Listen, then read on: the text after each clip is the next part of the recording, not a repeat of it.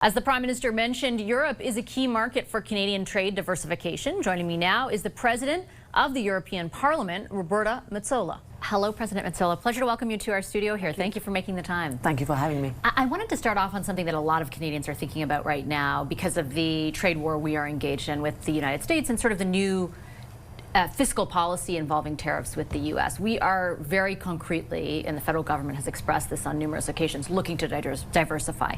And as recently as the end of this week, the Prime Minister brought up Europe as one of the partners we are most looking to increase our economic relationship with. Does Europe view it the same way?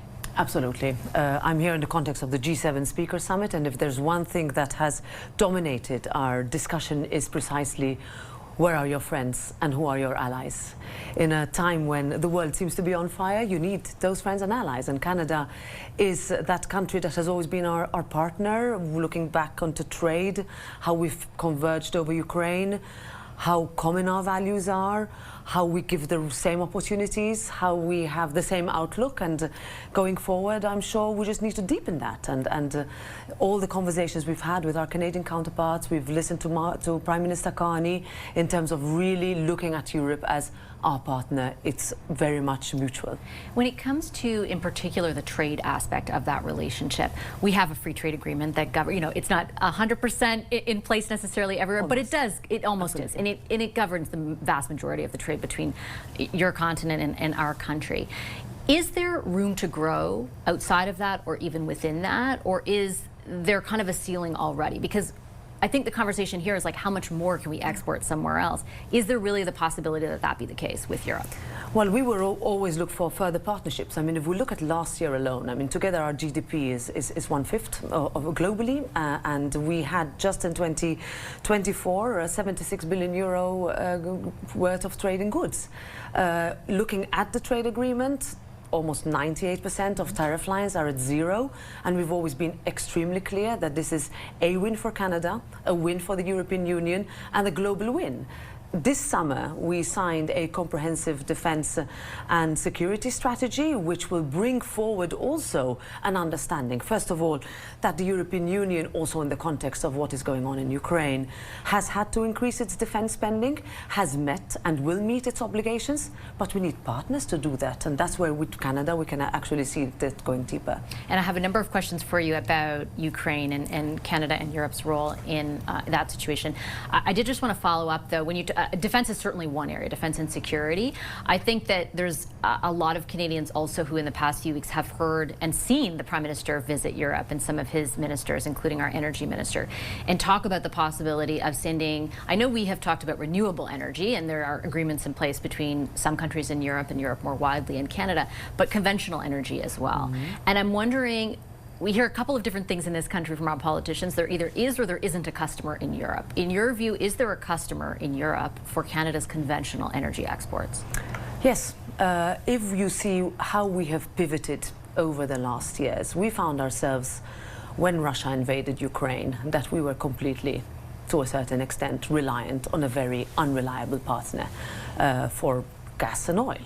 And that meant that we have had to divest, uncouple ourselves, and we're almost completely done.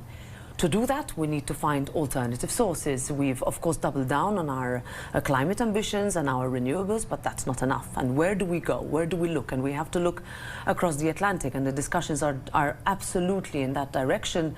And I would tell, our leaders, and that's when the Prime Minister and his ministers came to Brussels, that was part of the discussion that we had. How can we go further? At the end of the day, what I want to tell my constituents, my members, my citizens, is that they can rely on who is their friend and who is reliable, and not the opposite. And in a year and a world like this, I think we need more of that. And what if it costs a little more to be able to rely on those partners versus ones that you cannot be sure of? Is that an increased cost that you believe Europe is willing to absorb? Well, it is a discussion we're having right now. So where do we go? How do we pivot? At the end of the day, what do you mean by cost? We have had to go into very, very expensive divestment when we saw how we had to uncouple from Russia.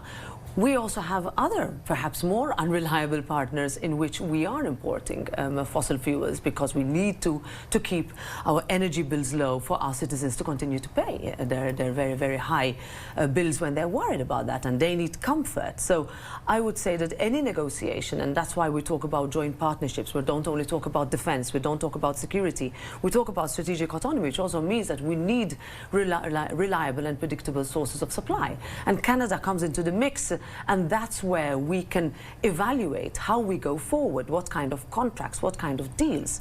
And I think in the past perhaps we were overly reliant on those who were not, because they were closer, and I think in this case we need to be much more creative.